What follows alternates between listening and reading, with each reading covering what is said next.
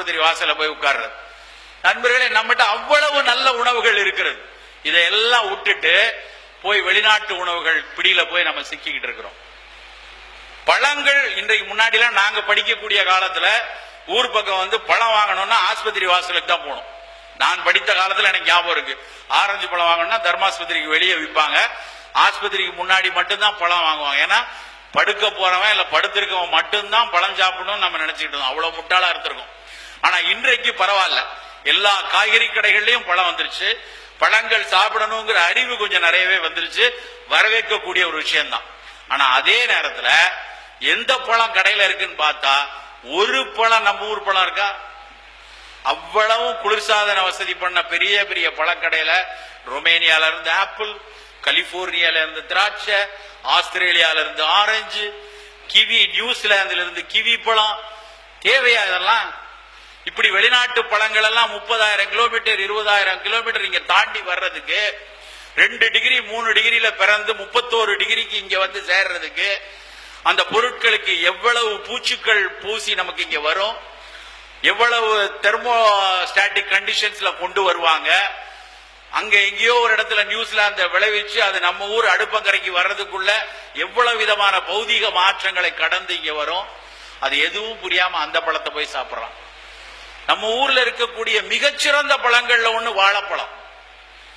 மிக மிக சிறந்த பழம். நீங்க ஒரு தமிழ்நாட்டை பொறுத்தவரைக்கும் நான் சொல்லுவேன், களியக்காவலையில இருந்தனா அங்க ஊர்ல நேந்திரன் பழம், செவ்வாழை, உடலை நேந்திரமலம் ஒரு பியூனியா இருக்காங்க, ரொம்ப ஒல்லியா இருக்கக்கூடிய குழந்தைக்கு உடல் எடையை கூட்டுவதற்கு ஒரே ஒரு பழம் நேந்திரமலம் போதும்.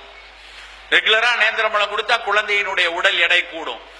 நின்று கொண்டே சமையல் அறையில நின்றுட்டு இருக்காங்க, இல்ல ஒரு பள்ளி அறையில பாடம் எடுப்பதற்காக நின்று கொண்டே இருக்கிறார்கள். குதிகால வலி வருது, தூங்கி எந்திரிச்சு காலை ஊன்னா வலிக்குது, நடக்க முடியல, கொஞ்ச நேரத்துக்கு அப்புறம் தான் வலி குறையுது அப்படின்னு சொல்லக்கூடிய பெண்களுக்கு செவ்வாழை ஒன்று போதும்.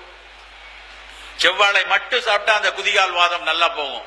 அதை தாண்டி அப்படியே நாகர்கோயில் வந்தீங்கன்னா அங்க மட்டி பழம்னு ஒண்ணு இருக்கும், குட்டியா இருக்கும், சின்னோண்டு இருக்கும், ஒரு பென்சில் மாதிரி, ஒரு சுண்டு விரல் சைஸ்ல, குழந்தைகளுக்காகவே பிரத்யோகமா உள்ள பழம். மலம் நல்லா இழகி குடல்ல இருக்கக்கூடிய புண்களை ஆற்றக்கூடியது மட்டி பழம். இன்னும் அதை தாண்டி அப்படியே திருநெல்வேலி வாங்க, மொந்தன் வாழைன்னு ஒண்ணு உண்டு, நாட்டுப்பழம்னு சொல்லுவாங்க. களக்காடு, திருநெல்வேலி, விருதுநகர் வரை கிடைக்கும். அந்த நாட்டுப்பழம் மூல நோய்க்கு அதை விட மிகச்சிறந்த மருந்து கிடையாது. ரத்த மூலத்தையும் போக்கும், மலச்சிக்கலை போக்கும், பிஸ்டுலாவை போக்கும், மூலத்துக்கு போக்கும். அந்த ஒரு பழம் போதும். திருச்சிக்கு வாங்க, திருச்சியில மோரிஸ் அப்படின்னு ஒரு வாழைப்பழம், இன்னைக்கு அது குறைஞ்சிருச்சு, பச்சை கலர்ல இருக்கும், ஆனா அவ்வளவு இனிப்பா இருக்கும். உடல் சூடை போக்கி பெண்களுக்கு வெள்ளைப்படுதலை போக்குறது அந்த மோரிஸ் வாழைப்பழம். இந்த பக்கம் திண்டுக்கல்ல சிறுமலை பழம்னு ஒன்று உண்டு, கொடைக்கானல்ல இருந்து ஒரு மலை வாழைப்பழம், நார்ச்சத்தும் அதிகமா இருந்து உடலுக்கு ஊட்டமும் தரக்கூடிய அவ்வளவு அருமையான பழம் அந்த சிறுமலை வாழைப்பழங்கிறது, கொடைக்கானல் மலைப்பழம். அப்படியே ஈரோடு தேன் வாழை, கிருஷ்ணகிரி ஏலக்கி, இப்படி சொல்லிக்கொண்டே போலாம். ஒரு வாழைப்பழத்துல இவ்வளவு இனங்களை வைத்து, பழத்துல இன்னும் மாதுளையை பத்தி பேசலாம், கொய்யா பழத்தை பத்தி பேசலாம், நாவல் பழத்தை பத்தி பேசலாம், இலந்தை பழத்தை பற்றி பேசலாம். ஒவ்வொரு பழங்களும் மருத்துவ குணமுடைய பழங்கள். நம்ம அதெல்லாம் விட்டுட்டு கலிபோர்னியன் திராட்சைன்னு கொட்டை இல்லாத திராட்சை 1/4 கிலோ 200 ரூபாய்க்கு போய் வாங்கிட்டு இருக்கிறோம். திண்டுக்கல்ல இருக்கக்கூடிய திராட்சை பன்னீர் திராட்சைன்னு பேரு, 50 ரூபா 60 ரூபா தான். ஆனா அந்த விதையுள்ள திராட்சை அவ்வளவு உடலுக்கு நல்லது. இன்றைக்கும் உலக மூலிகை வணிகத்துல முதலிடத்துல இருக்கிறது திராட்சையினுடைய விதை தான்.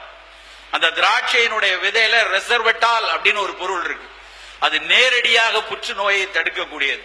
ஆனா நாம என்ன சொல்லி கொடுத்துருக்கோம்னா பிள்ளைகள்கிட்ட, திராட்சையை கொட்டையோட தின்றாத, செடி வளர்ந்துரும் உள்ளூடி.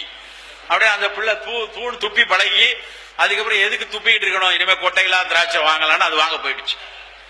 தவறான கற்பித்தல் எப்படி கொண்டு வந்து நம்மளை உணர்ந்து விட்டுருக்குன்னு பாருங்க.